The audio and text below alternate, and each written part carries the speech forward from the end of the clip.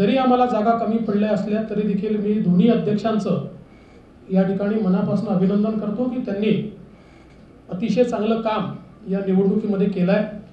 आणि मुळातच शेवटी हे किती स्टॅटिस्टिक्स मी मांडलं असलं तरी जागा कमी आलेल्या आहेत ही फॅक्ट आपल्याला या ठिकाणी मान्य करावी लागेल।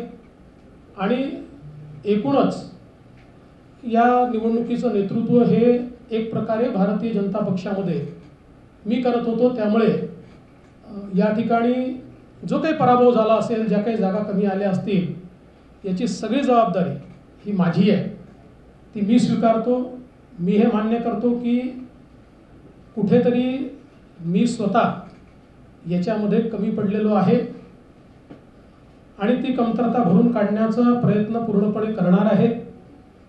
त्यामुळे हा जो काही भारतीय जनता पक्षाला या ठिकाणी सेटबॅक महाराष्ट्रामध्ये सहन करावा लागला, याची सगळी जबाबदारी ही देवेंद्र फडणवीस मी या ठिकाणी स्वीकारतोय। आणि मी पक्षाला एक विनंती अजून करणार आहे, अर्थात भारतीय जनता पक्षामध्ये पक्ष सगळे निर्णय करतो की आता मला विधानसभेकरता पूर्ण वेळ त्या ठिकाणी उतरायचा आहे। त्याच्यामुळे मी भारतीय जनता पक्षाच्या शीर्षस्थ नेतृत्वाला ही विनंती करणार आहे की त्यांनी मला सरकारमधनं मोकळं करावं आणि पक्षामध्ये पूर्ण वेळ काम करण्याची त्यांनी संधी द्यावी, जेणेकरून ज्या काही कमतरता राहिल्या आहेत त्या कमतरता पूर्ण करण्याच्या दृष्टीने मला माझा पूर्ण वेळ देता येईल। अर्थात बाहेर राहिलो तरी सरकारमध्ये जे काही आम्हाला करायचं आहे ते आमची टीम करेल, त्यांच्यासोबत मी असणारच आहे। या संदर्भात लवकरच पक्षाच्या वरिष्ठांना मी भेटणार आहे आणि मग त्यांच्या सल्ल्याने ते जे सांगतील त्यानुसार पुढची कारवाई मी करेन।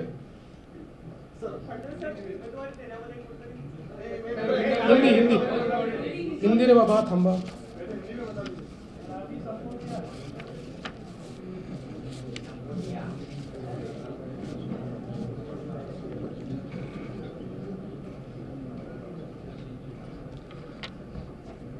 कल लोकसभा के चुनाव संपन्न हुए हैं और लोकसभा के चुनाव में तीसरी बार भारतीय जनता पार्टी के नेतृत्व में एनडीए की सरकार को और मोदी जी को भारत की जनता ने आशीर्वाद दिए। भारत की जनता का मैं आभार व्यक्त करता हूं। विशेष रूप से नेहरू जी के बाद यानी 1962 के बाद मोदी जी ऐसे पहले प्रधानमंत्री होंगे जो तीसरी बार लगातार देश के प्रधानमंत्री बन रहे हैं। एक नया रिकॉर्ड मोदी जी इस चुनाव में कायम कर रहे हैं, इसलिए महाराष्ट्र की ओर से मोदी जी का भी हम लोग आभार व्यक्त करते हैं।